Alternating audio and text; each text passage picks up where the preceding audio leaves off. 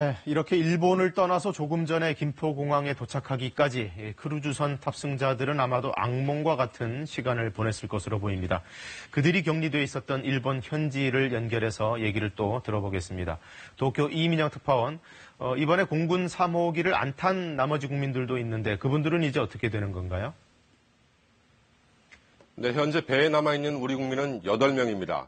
오늘 하선할 인원이 500명 정도인데 대부분 일본인 승객이라고 이곳 언론들은 전하고 있습니다.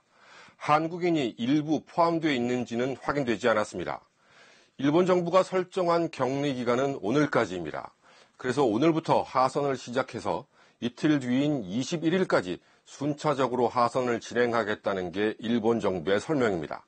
단 코로나19 검사에서 이상이 발견되지 않아야 합니다. 이상이 발견되지 않아도 하선이 늦어질 수 있습니다. 확진자와 같은 방에 있었던 경우인데요. 검사 결과 음성이 나와도 감염된 사람이 방을 떠난 뒤 14일간 선내에 추가 격리할 방침입니다. 승무원도 하선이 가능하지만 크루즈 선사 재량에 맡기기로 했습니다. 자, 크루즈 내 감염 사례는 어제도 또 엄청난 숫자로 쏟아져 나왔죠? 그렇습니다.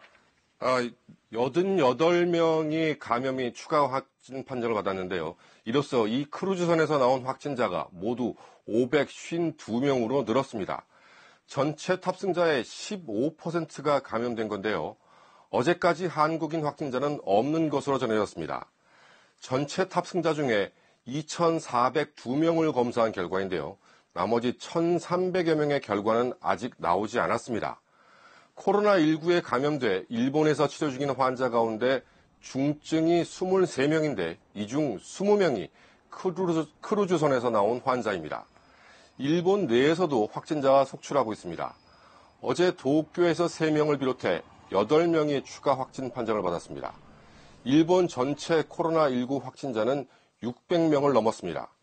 중국 외 다른 지역에서 발생한 환자의 60% 이상이 일본에서 나왔습니다. 지금까지 도쿄에서 전해드렸습니다.